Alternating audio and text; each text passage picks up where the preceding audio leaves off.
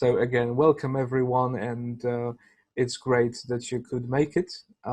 Today we have Gurpreet Singh from Germany as our speaker. He's from the Sikh Association of Germany, and we'll talk about what inspires the Sikh community to serve others, and especially by providing food, which they are famous for and truly excel at, as well as about some practical aspects of organizing such actions that perhaps we could learn from and use in our own communities. And I'm sure also something about the Sikh community itself. And again, just a short reminder about the format of the meetings. The speaker will talk for up to 20 minutes, and then there is time for conversation, and everyone, of course, is welcome to speak.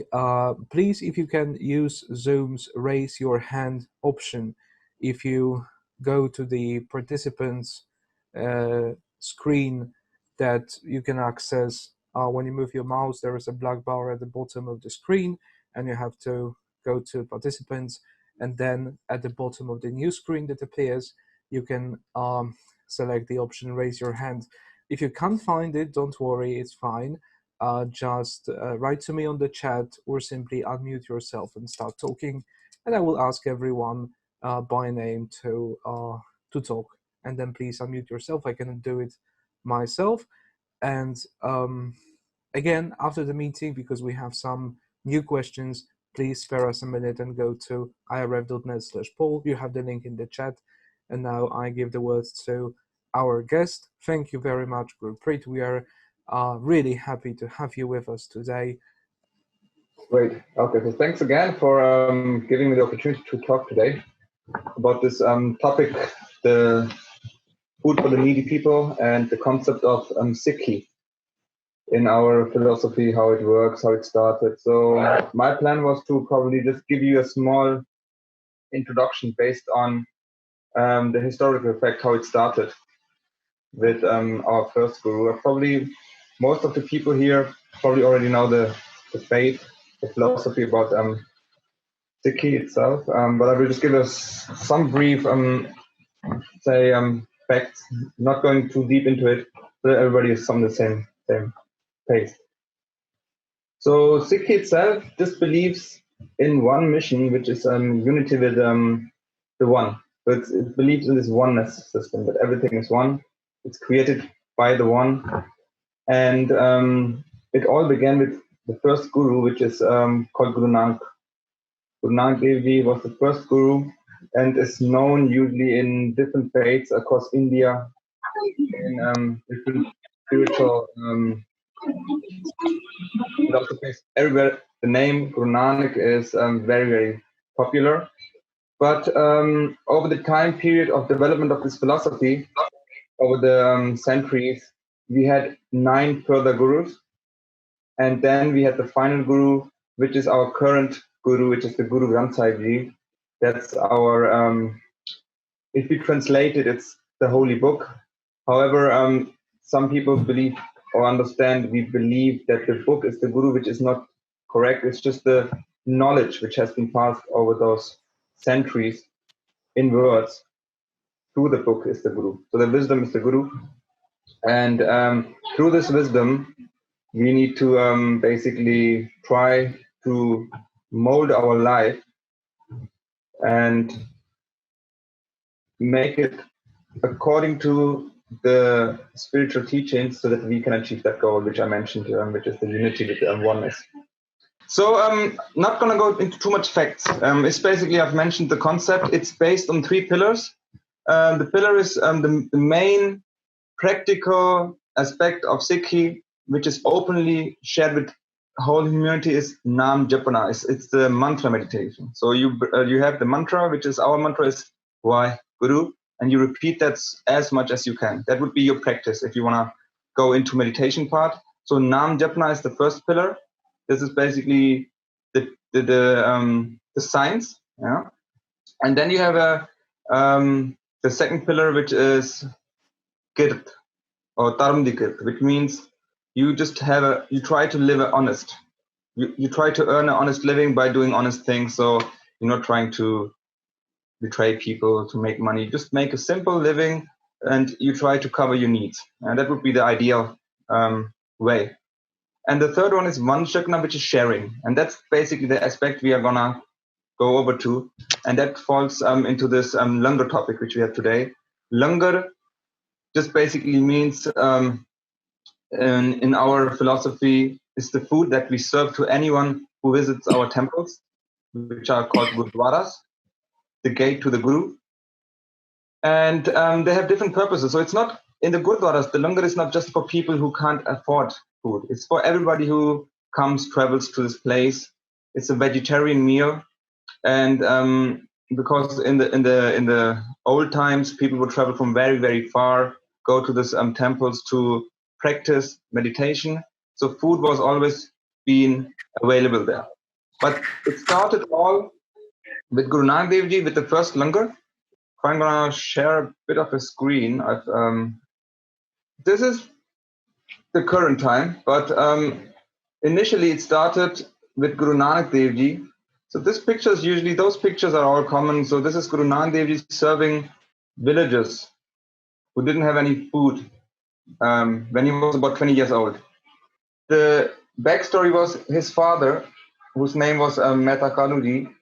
He always wanted that his son prospers in a normal way, that he becomes a businessman or that he becomes a successful person. But he always was on the spiritual path from beginning, from birth on. He was always into what is life about, very spiritual. And when he turned 20, his father, he was a bit worldly. He said to him, look, if you don't want to do anything else, take 20 rupees and make some business. So that 20 rupees in those times, in the 1400 or 1569, he was born, in that time was a lot of money. So his father said, take this money, go out into the world and just do some business, multiply this money. He took the money because he was always obeying his parents. He was very respectful, even if they were not maybe on the same mission as him. He was always respecting them. So he took the money, went out. He had a childhood friend called by Mardanaji, and both went out. And the first thing they saw, Guru Nanak Dev Ji saw that there is a village where he saw poor people, needy people who were starving, didn't have water.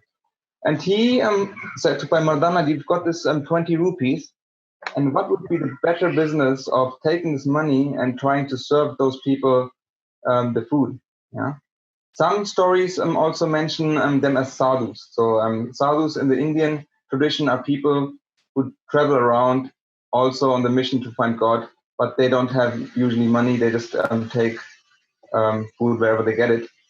But if we go into that place where this happened, people around that place are saying it were poor villages, and 20 rupees was a lot of money. And Guru Nanak Dev Ji organized the food, clothes, and he shared this all amongst those people. So that was the starting point. That was the first langar that we always in Sikh hear about. And it's called, this historical story is called Sacha Soda. I will just put it down. So if someone wants to note it down and look it up later. Sacha Soda is basically the honest business. Yeah?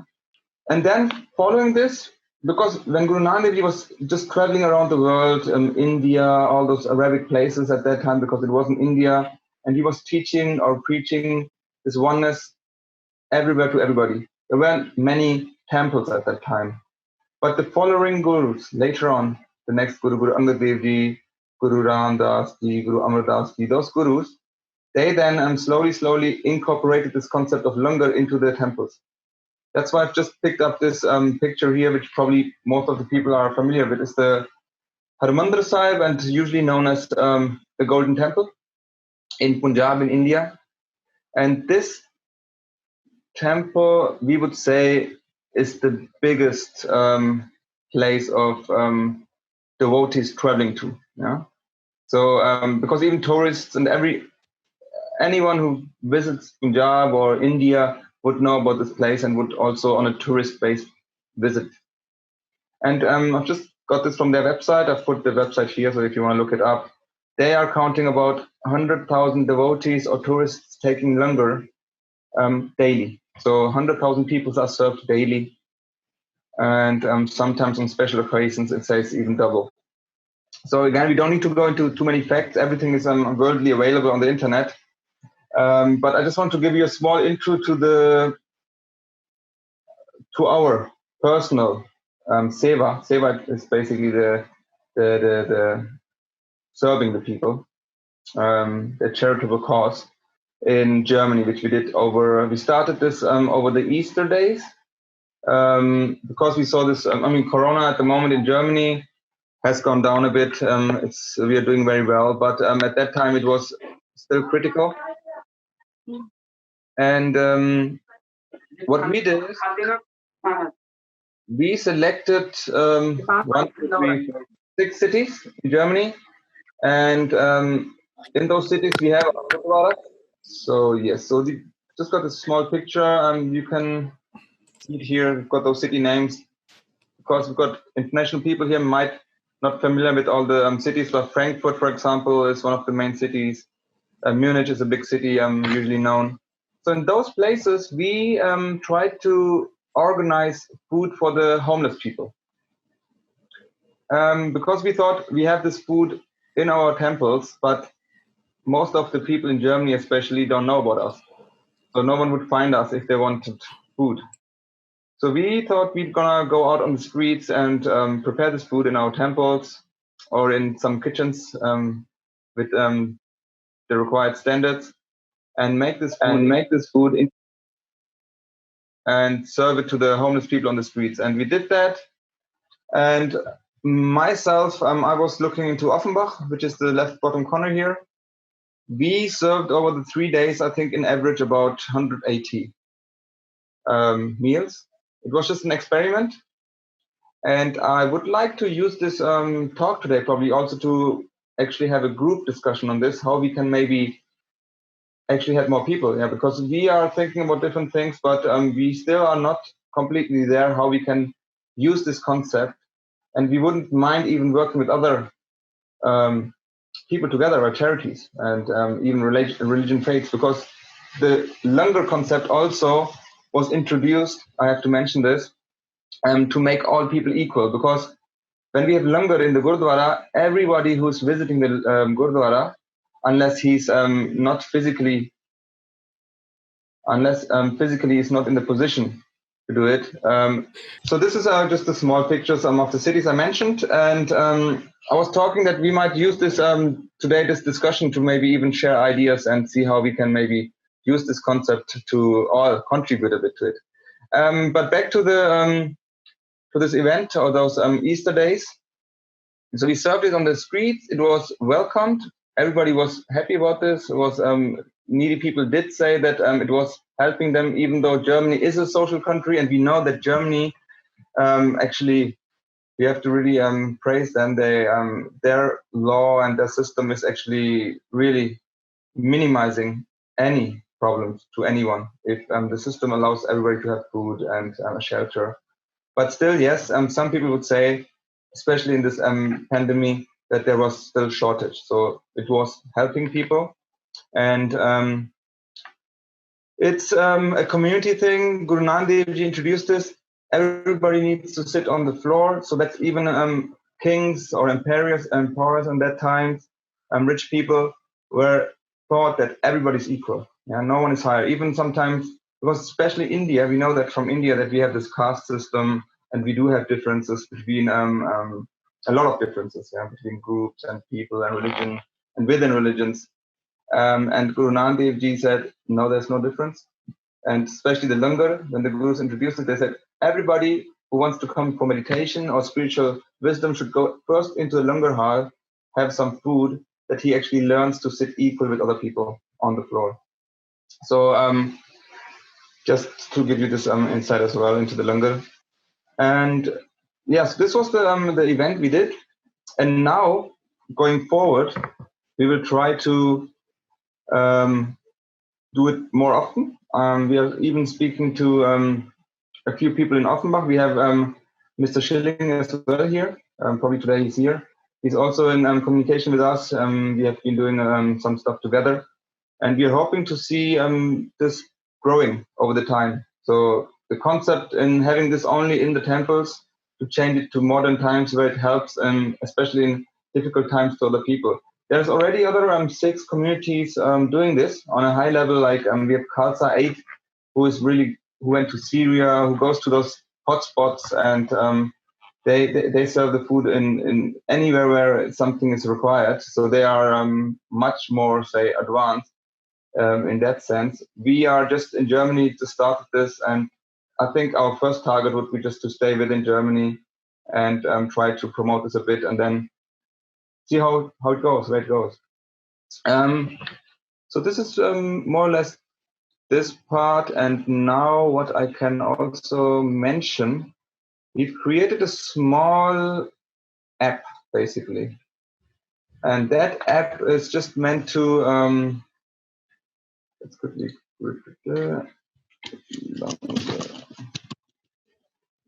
the idea was to have this app. It's a mobile app for the mobile phone, and I'm gonna, so you can see this screen now, yeah? A new one? Yes, we can see. It works. Thank you.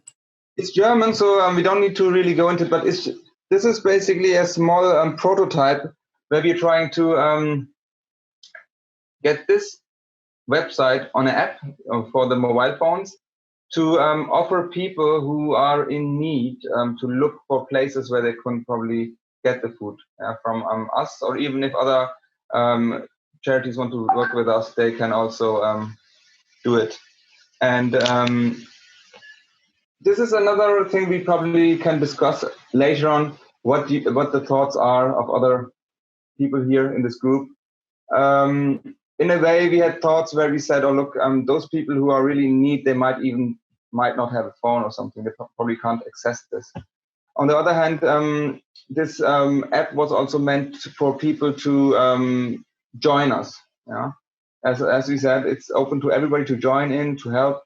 And we are very open in that sense. Generally, it's very open to everybody.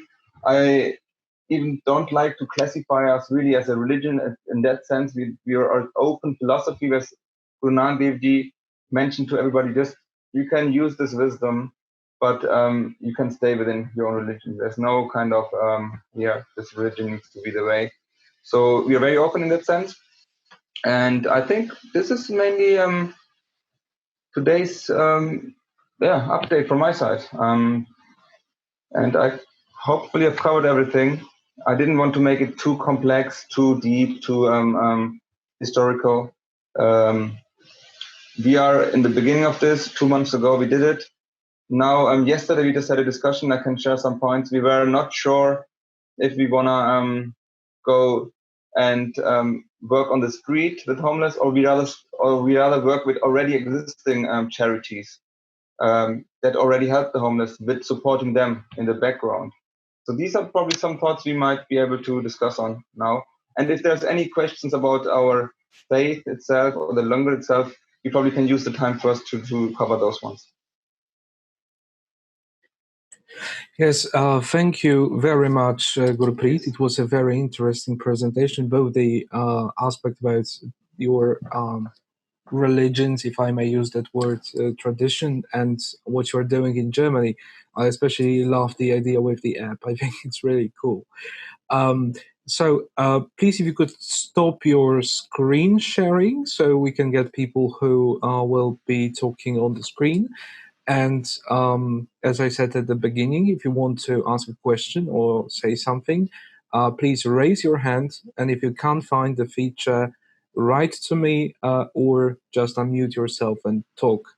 Is there anyone who would like to say something? Antje, please unmute yourself. Yes, I have a question. How do you finance your action? So the financing in the previous actions was done by our local, our community, our Sikhs from the temple in Offenbach, or in whichever places they did it. So it was in this state, it was done by our, say, own followers, devotees, who would contribute. And in the other temples, in the gurdwaras, in India and everywhere, we do have a donation box. So people who come, they do donate. And this money is then also used for the langar. So this is basically done by the followers themselves. However, now we are in discussion with other people as well who like the idea. Might be some money coming from other charities. That could be going forward. But at the moment, it's done by ourselves. Thank you.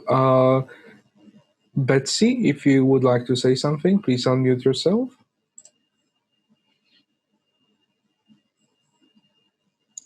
Whoops. Oh, okay. I did. There was a coincidence. The New York Times newspaper this week, it has a food section every Wednesday. And this week it featured a big article about the langars around the U.S., in particular in New York City, and saying how the Sikhs there had supplied 145,000 meals to the protesters. Yeah, I'm getting signal. Speaker not working. I don't know. Okay, thank you. Oh, it's fine. It's fine now. Works now. Okay, well, maybe I moved closer. Maybe that was all it takes. So, and the newspaper article was a big article and featured, described how the Sikhs all around the world and all around the U.S. Provide so many thousands of meals. It's just, it's extremely impressive. So, and just feels like a great blessing. Thanks. Thank you, Betsy. Derek, please go on. Yeah, you were asking, does anyone have experience in this area of what's going on? Certainly in my part of London, I'm involved in a community food project that has sprung up as a result of COVID. And right across the borough, which is 200,000 people, the community centres and other charities have launched food projects aimed not at the homeless, but actually aimed at families who are isolating because of they have vulnerable needs. They're not allowed to go out. Families and individuals who have lost their jobs, maybe the wage earner, and they can't afford to buy food. So the project I'm involved in is meeting the needs of about 250 people on their request as to what they need. And we depend on a range of funding from charities. A football team has had a quiz online and raised £800. The local authority now is funding and providing food. We're getting waste surplus food, maybe food that is near the sell-by date. And that's happening all over the UK, that sort of project. It isn't necessarily religiously based, but there are lots of people of faith involved in the project. The homeless issue, which you clearly talked about, certainly again in the UK, most homeless people have been taken off the streets and are in hotels paid for by the government. Now, that has been a great initiative in terms of London, where there's a huge homelessness issue. But hopefully, moving out of this crisis, the needs of people who are in those hotels will be met in future, and they won't go back on the streets. So there's clearly a big demand for the sort of thing that you're doing, and not only homelessness people. So you may want to have a think about that, about what other charities, what other work is going on. Because I'm sure in Germany and in other parts of Europe, there are marginalized communities. And we all assume that finding food is easy, but actually finding healthy food necessarily is not so easy. Another thing to look at, are people able to afford vegetables and fruit rather than fast food? And that's not always the case. So just some observations, and hope they help. Definitely.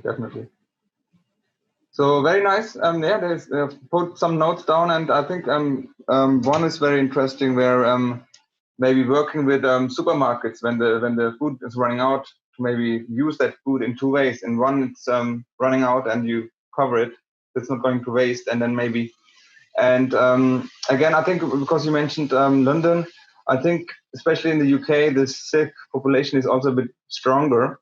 But in Germany, we are not very well known, so this is another thing which works sometimes against us.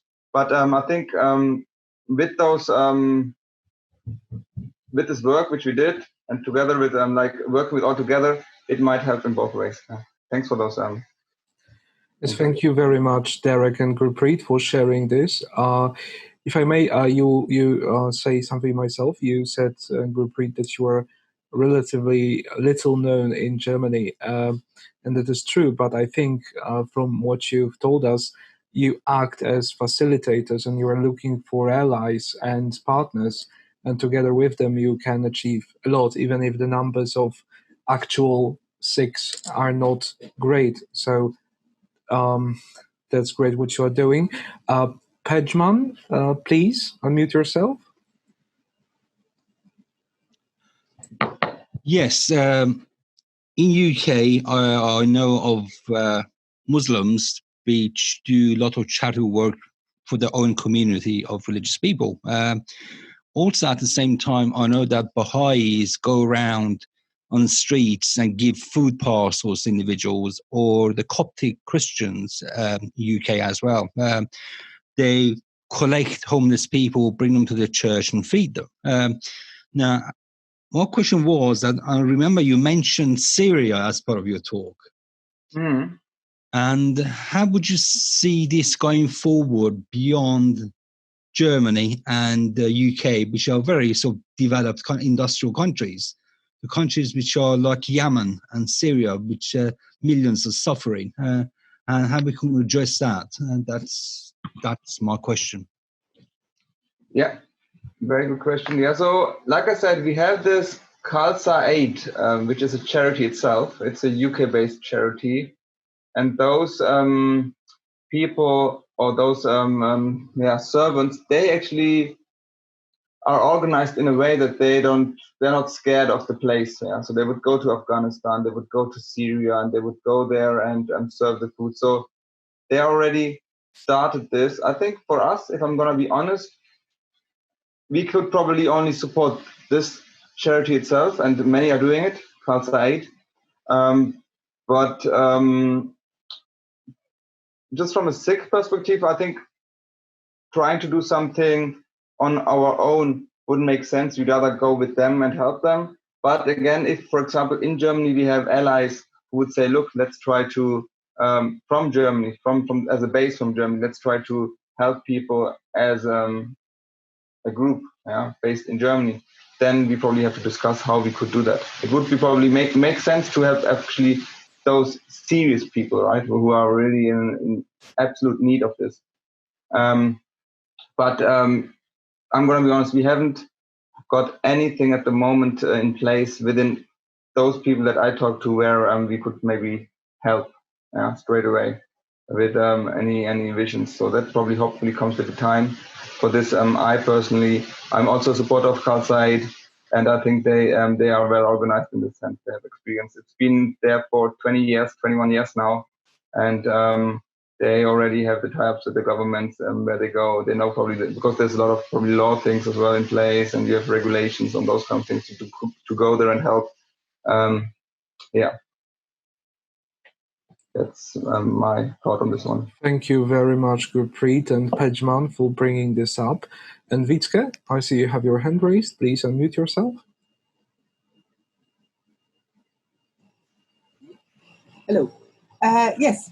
Well, about similar initiatives that you might work through. This is in the inner city of Utrecht, a number of inner city churches have come together to host a meal once a month, I think. Maybe some do it more often.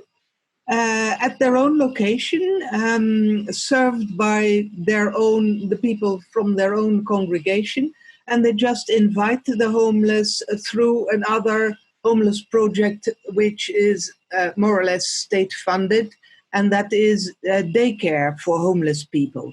So the people actually are known, and then once they're known, they can get on a list and they can get evening meals through this project.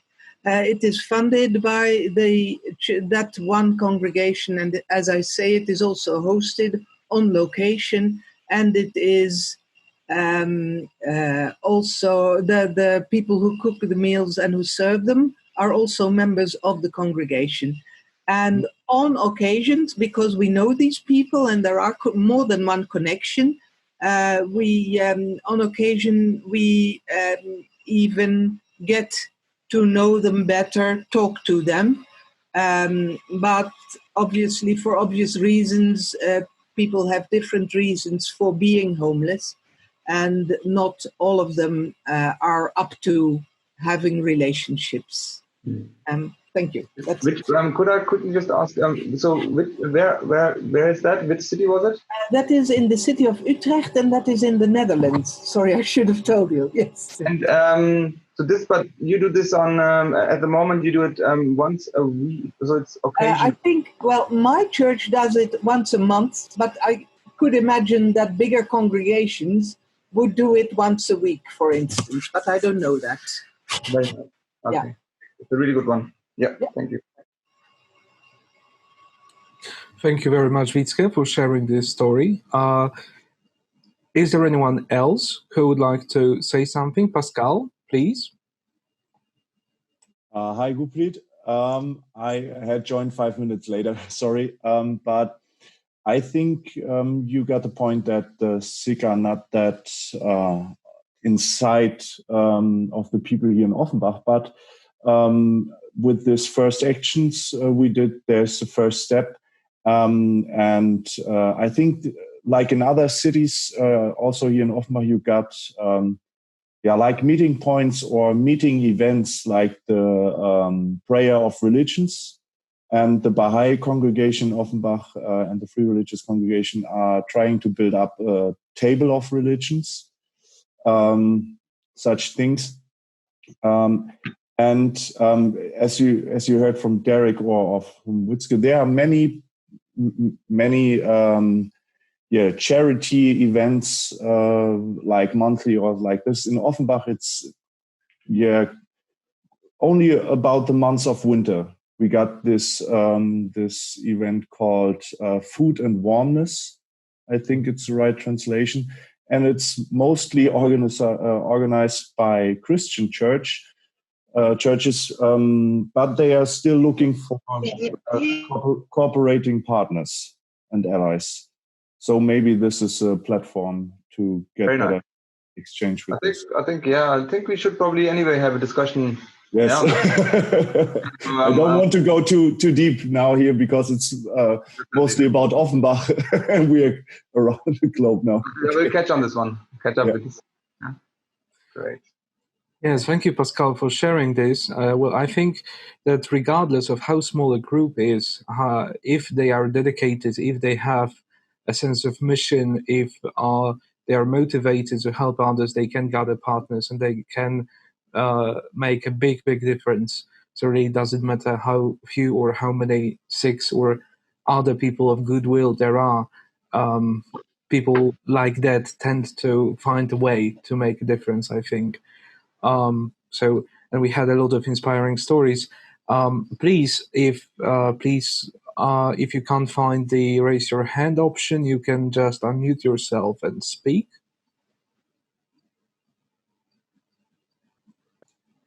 I think Issa would like to say something. She raised her hand. I've just seen it on the screen. Oh yes, you're on the screen. Yes, I have a very small screen. So please, Esther, go on. Unmute yourself first so that we can hear you.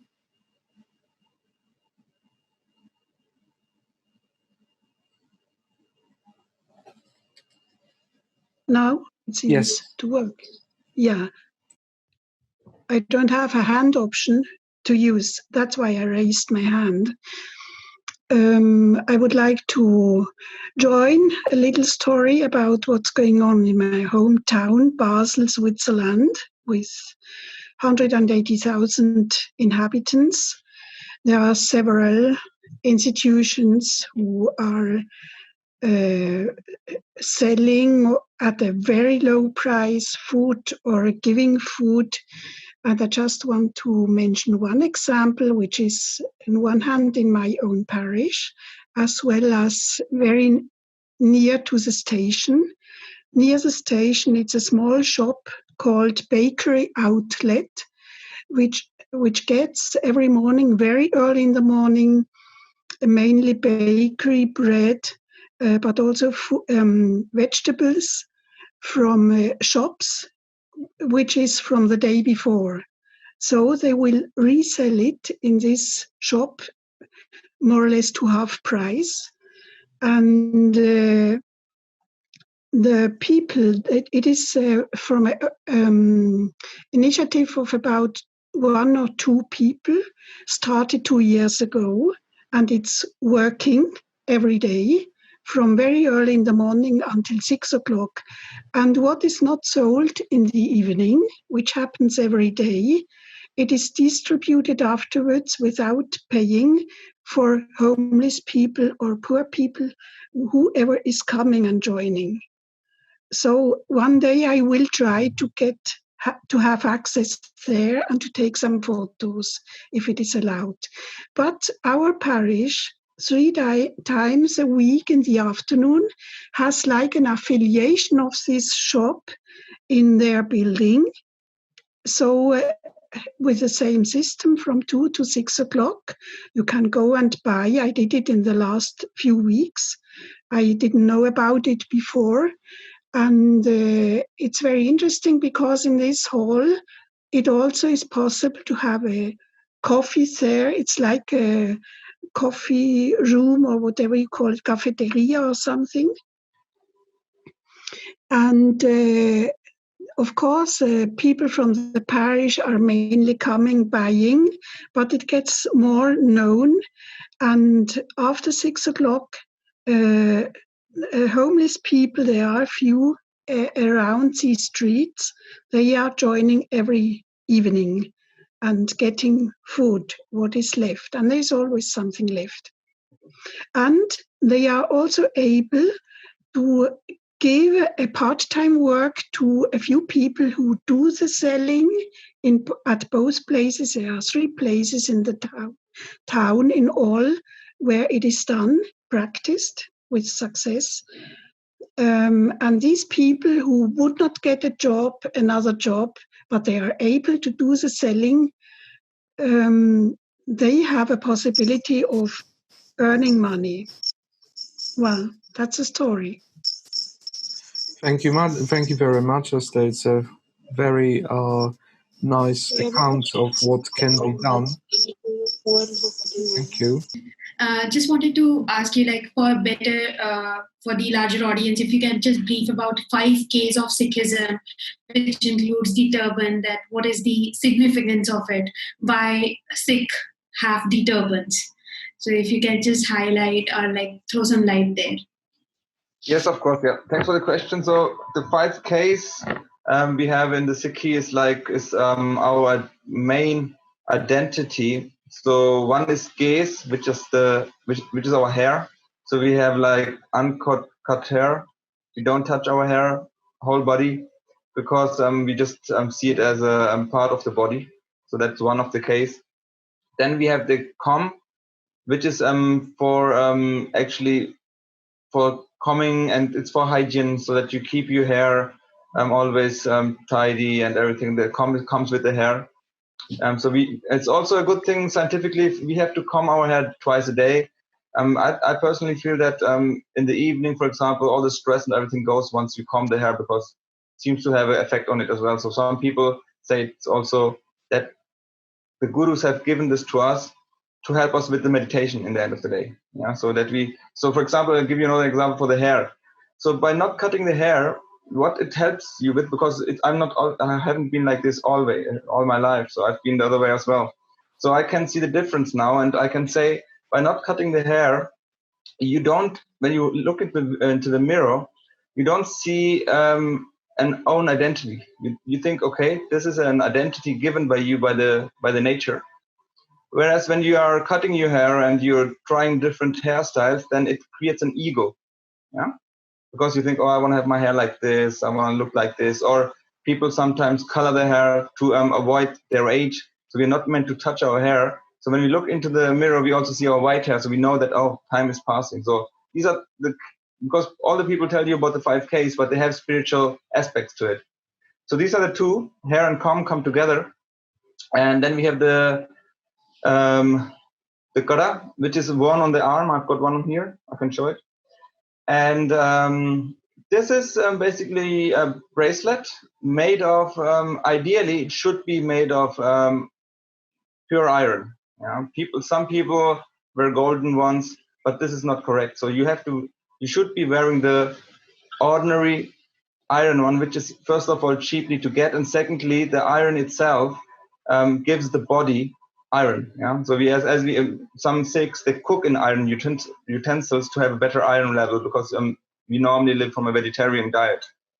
So this is the third one, kara, and another aspect of the kara is it's round shaped, so it doesn't have a start and ending. So it's like the universe or God or whoever we want to call him, he doesn't have a beginning and an ending. So we've covered 3 of those now.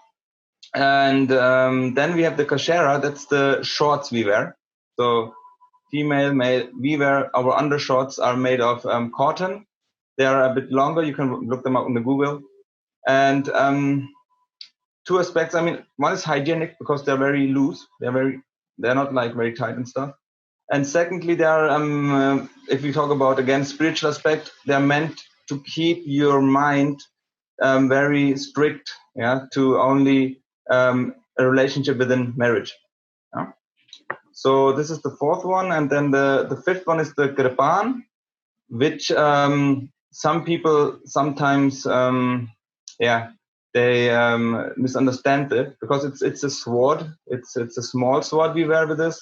So normally we just it's kirpan. I mean, probably you can look it up on the internet. It's mine is, for example, this long. So even maybe a steak knife would be more serious. So what does it stand for? It stands for courage, actually. It's not for violence, it's for courage. It means that the first 5 gurus, they never had anything to do with weapons or with these kind of aspects. But as the time evolved and a lot of suppression was happening in the country, the 5th guru gave the message, and the 6th guru started to actually also encourage people to be strong enough to defend themselves. So they introduced this kirpan, concept of kirpan, that you should be wearing a kirpan and should be prepared if someone attacks you or other people who are poor in the society. You should be standing for them.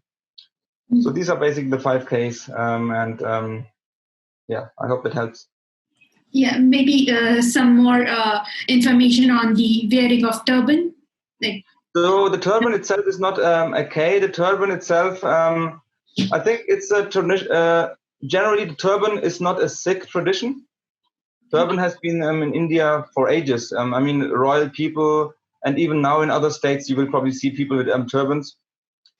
But the gurus, it was like, for us, it's like a crown. It's like it's very we respect it because our gurus were wearing it. It's hiding our hair.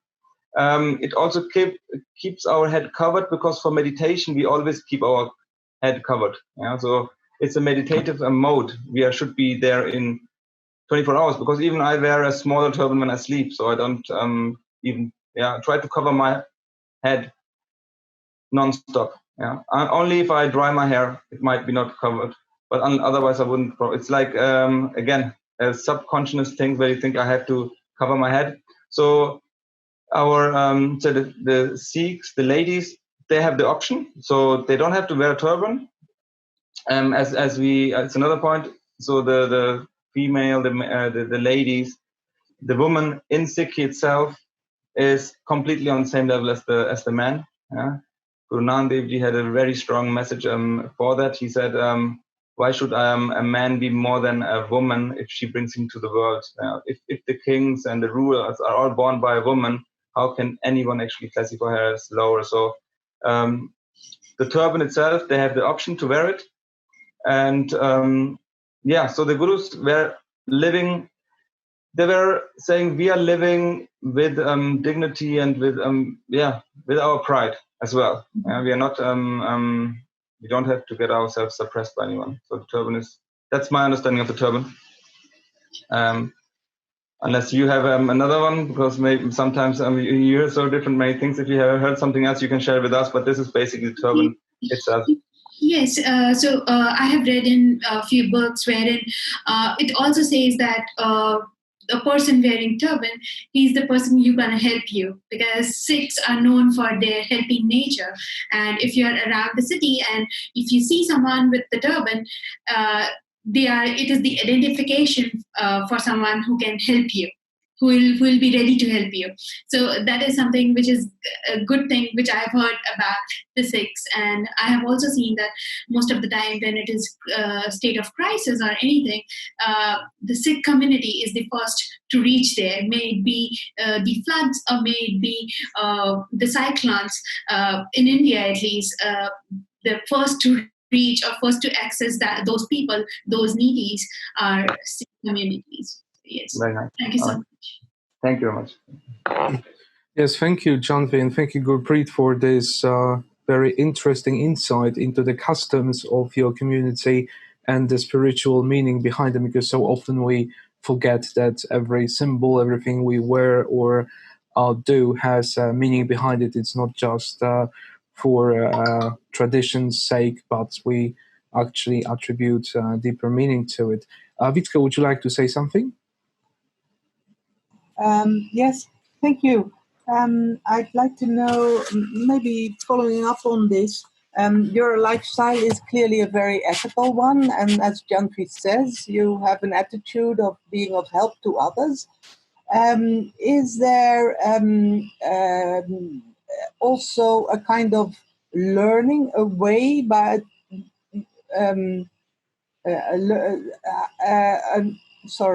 I'm thinking of a kind of mystical path which leads you to it, which so you can develop it and become a better person. Is that actual? Yeah. Yeah. So this is it's a good question. Nice. That you have asked us. So you're talking about if this is a combination to our spiritual practice, which will lead to our mission, right? To get unity with the universe or with Vaheguru. So this is what I mentioned in the beginning. So we have this concept of jap. Jap is a meditation. It's not, you can get it in other philosophies as well. Mantra jap is usually the common word for it. And in this jap, you have the first stage, which is swasgra simula. It's basically every breath dedicated to God. Or the try. You have to try to dedicate each breath. With breath is also each thought meant. So this lifestyle which we talked about should help you in this meditation. But mostly people, unfortunately, because it's that will be a very big topic now. But because of this Kalyug, which we also see in other religions as the devil and the desires and all those things will distract you from this path. Some people, they just want to be religious and they keep those 5Ks and they just want to be a good person. They want to make them feel themselves like I'm religious. Within, we have this probably phenomenon in each religion that you just you think, okay, I'm following this religion, and as long as I follow those guidelines, I will be fine after that. So with Sikh, it's a bit different. Sikh says, if you can't find realization whilst you are living, then you won't find it after death. You will not find it after death. Don't wait too long. Get the ball now and get yourself right. And the practice with this jap mantra or simran is The only thing that distracts or is a barrier between us and God is the ego. And with the ego, it's a big concept. Everything that I think, every thought that I have, all the memories which I have, they are actually not me. Yeah, they're just been given to this body inside from the five senses. So once we are born, we don't have any knowledge, we don't have any memory. And then once we grow up, we get all this information. Someone gives us our name. We haven't chosen which, if we gonna be female, male, or anything else. We haven't chosen it. And nothing we have chosen. Everything has been given to us. And the spirit inside identifies himself with this knowledge. So just as an example, I have an accident and I lose my memory completely. Yeah. Who would I be? Yeah. I wouldn't be any Gurpreet, and someone could tell me I've been a different name, then I might believe it. Yeah. So this is to get out of this problem of those thoughts which we identify ourselves. We do this Vaheguru jap. Yeah. We start with this. It's a long thing. It probably sounds easy. It is easy in a practice, but you have to really do it constantly. And the problem is only by doing this meditation itself, it won't work if you don't have a lifestyle that matches it. So, for example, I do 5 hours meditation every day in the morning. But when I go out of into the world, I start lying. I start betraying people. Then all this meditation is gonna go waste. Yeah? So this is why this is a combination. So the 5Ks, the teachings of the gurus. I mentioned the Guru Granth Sahib Ji, the gurus' teaching. They're all motivational words to keep you going and trying to help you out of the Maya, the illusion. This is in a nutshell, because we don't have much time, but it's a really wide concept. But just to address your initial question, yes, it is to help this combination of meditation and lifestyle together to achieve the goal. To achieve the goal, it does take a lot of effort and will of each individual. It's not that easy. It's not like I'm a Sikh, I'm there. It's a hard work. It's just one way of doing it. And I'm completely convinced that other ways, like all the prophets and Jesus and Moses and Muhammad, they've all been teaching it in their way, and it gets you there. But you have to have the willingness inside you. Thank you very much. Yes, that was very clear. Thank you. Thank you. Yes, thank you very much, Gurpreet. You really can tell a story. Thank you. Please, if you want to say something, you can raise your hand or unmute yourself if you have a problem with finding the option. Hello. Hello. Hello. Yes, we can hear you, sir. Please speak. Yeah. Hello. I want Singh ji to conclude this session with his own prayer. Sixth prayer. Hello, can you hear, sir? Yes. Yes, I think what Mr. Ramachandran was asking is if there is a special prayer, some words that you say. Is it right? Prayer from Singh ji. It's traditional prayer. You can come.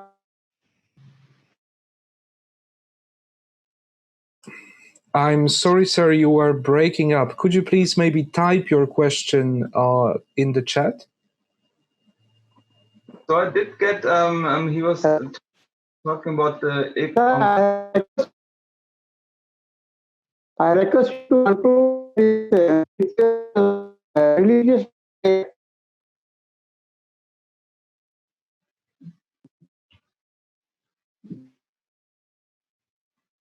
Hello? Hello? So Hello? I think that... Okay, yes, I get it now. Yes, Mr. Ramachandran was asking if you could conclude our meeting, our session with a few words of a Sikh prayer. So, okay. Yeah, that's correct. Very nice, very nice. Conclude the topic today with the definition of a prayer? No, with an actual prayer. If you, from your tradition, if you could. Okay. Just so he did. Yeah, so I mean, he was also, I think he also hinted out to one prayer, which they did say Ik Oankar. So we have this Mool Mantra. I can you just want to have it spoken out, yeah? Is that what it is? If you don't mind, of course, I think we would, of course, because actually we are nearing the point where we will have to be wrapping up, as we recently agreed to limit those meetings to 1 hour because some of our participants have troubles with their internet connections. But I see that there is one more question from Ramachandra. Please unmute yourself.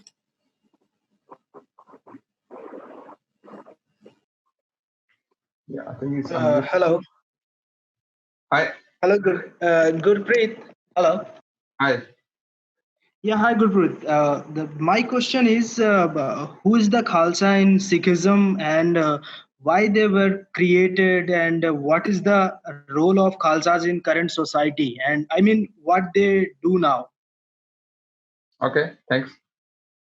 So this question is also actually a very deep and long question. I think we probably won't have the full time to go into it unless, Luke, you give me 10 minutes, because this is going to take time to actually, if he has asked the question, I have to probably address. So unless, yeah, you have to make a decision. Well, perhaps if I move to a grid view and look at our participants and ask you, would you like us to prolong the meeting by about 10 minutes? You can raise your hand on the screen if you want to.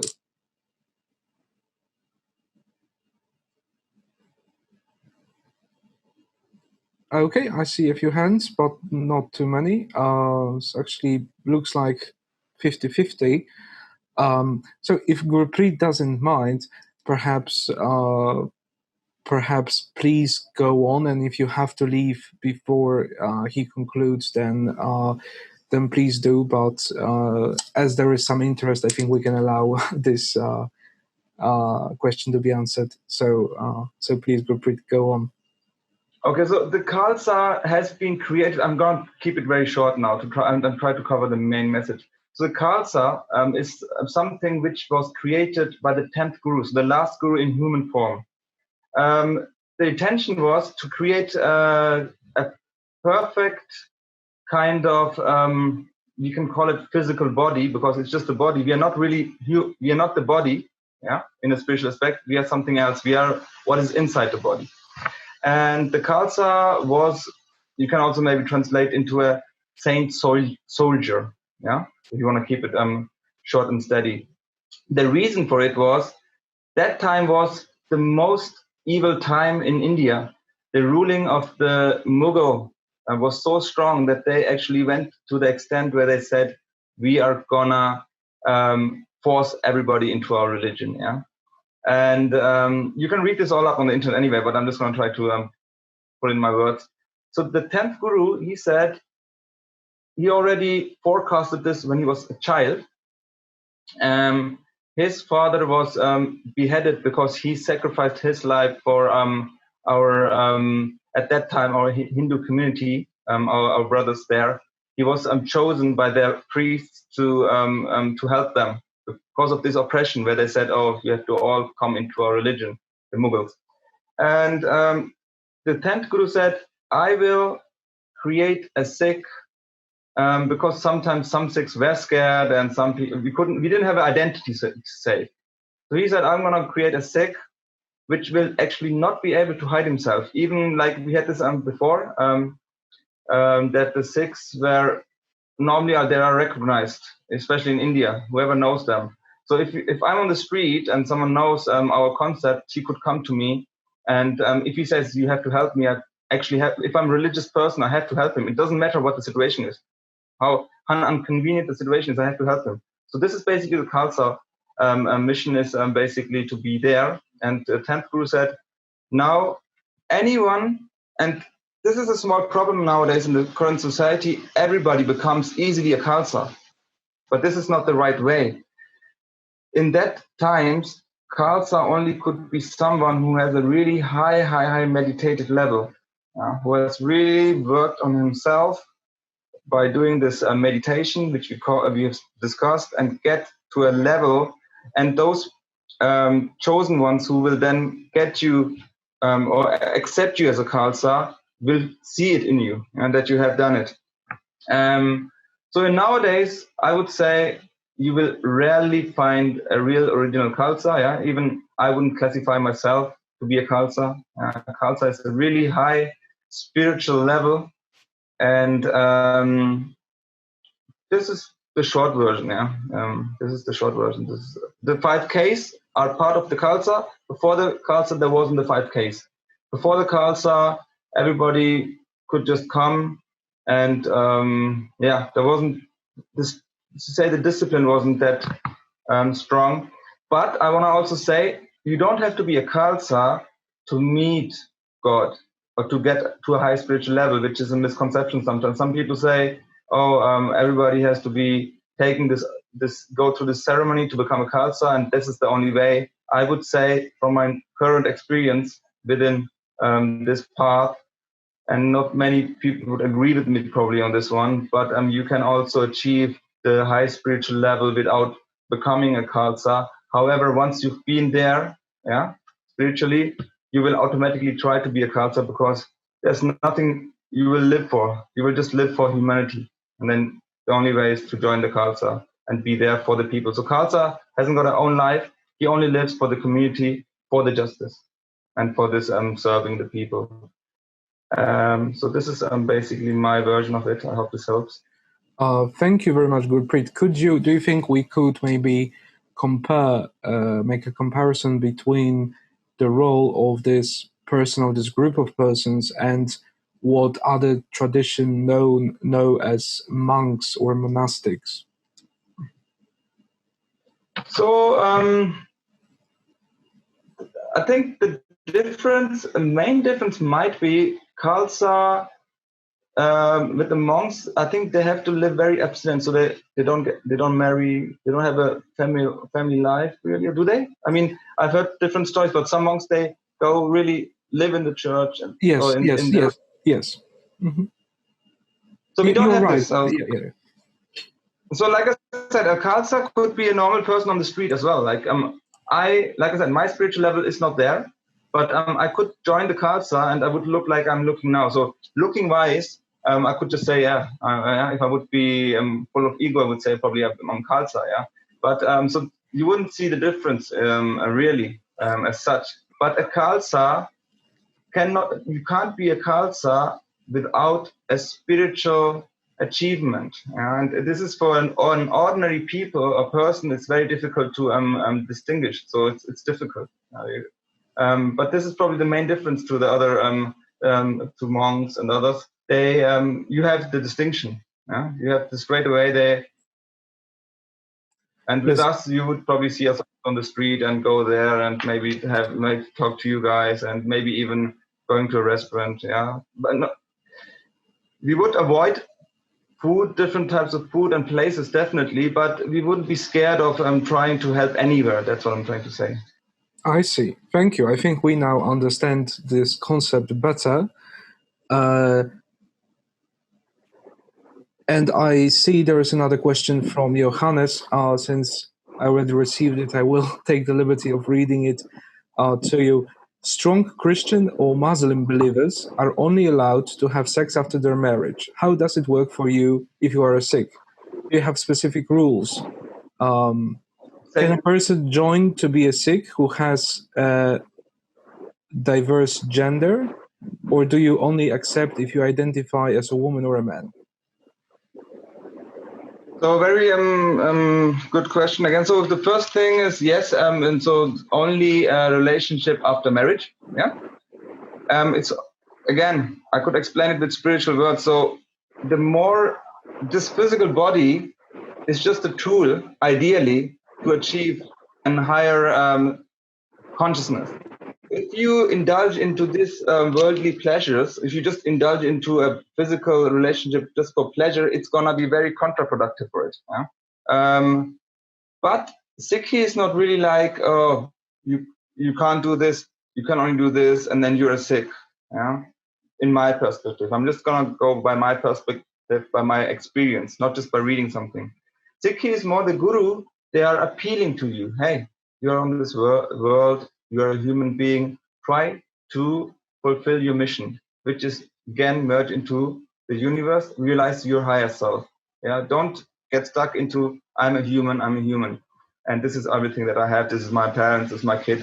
Don't get stuck into this. This is just a thought, nothing else. Sounds a bit maybe harsh, but this is basically the appeal of the gurus to the Sikh. So this question with if someone who is if it's someone who is different gender or gay or lesbian, anything, anyone can join this.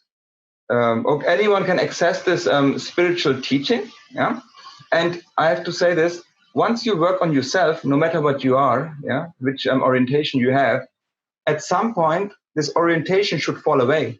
Yeah, because like I said, the need for a physical interaction with someone is not an aspect of any spiritual teaching. Yeah, at some point, you wouldn't even be attracted to have a relationship just for the pleasure. It would just be for maybe a procreation. Yeah, and spiritual people would only probably procreate when they know they can give to this human being who's going to come some spiritual wisdom and not just get him on a wrong path. So this is basically anyone can join in. It's not restricted to anything like this. No, everybody. It doesn't matter. It's open. But again, like I said, the gurus never said to anyone, change your religion. So everybody actually could stay in their religion. And even Muslims came to the gurus. Yeah, they were just following their own religion, and they would share their spiritual experiences with the gurus, and they would talk about it. Yeah, because like I said, you don't have to be as Sikh as such. Yeah, to get there. This knowledge is out in this world, given by the universe, by the God, through different teachings and philosophies. Thank you very much, Gurpreet, for this answer. And I think we will be finally concluding our meeting. And so if you could indeed maybe say a short prayer from your tradition, like Mr. Ramachandran asked, I think we are all interested to also know you from this side. Yeah. No problem, I'll do that. And maybe because this spiritual, just the last thought of mine, this spiritual topic generally is very interesting to probably all of us, because we are in this domain, religious freedom. And maybe we dedicate some time to this at some point, if we have maybe more intensity at some point, if the requirement is there or the space for this is there, together with others. The prayer, I'm going to do it, but let me quickly, it's just going to take a couple of seconds, also explain what it means, because it's a bit, I'd say prayer, no one can probably think himself into what it means. So we have this Mool Mantra, it's the base definition of the universe, yeah? And I'm going to do a quick one. It's Ek Oankar, one creator, yeah? Satnam, he's the truth, Satnam. Kartapur, he's the maker of everything, Kartapur, Karta. Nirpau, he's without any fear. Nirvair, he's without any hate. Yeah, he doesn't have any hate. So sometimes we've asked this question, why is so much bad things happening in this world? But he doesn't have this kind of, oh, this is bad. Yeah, it's difficult. So Nirpau, Nirvair, Akal, Murat, he's out of time, he's timeless. Ajuni, he's out of birth, he doesn't come into birth and dying. Sahabang, he has created himself. No one has created him. Sahabang, Aguni, Sahabang, Gurprasad. The only way you can realize him is through a spiritual master, yeah, Guru, Gurprasad. Through the blessing of a spiritual master, we could call probably even like all the spiritual, Jesus, Moses, Muhammad, all those ones, also the gurus, yeah. Gurprasad, Jap. Jap is meditate, yeah. Ad such is he has been there before time.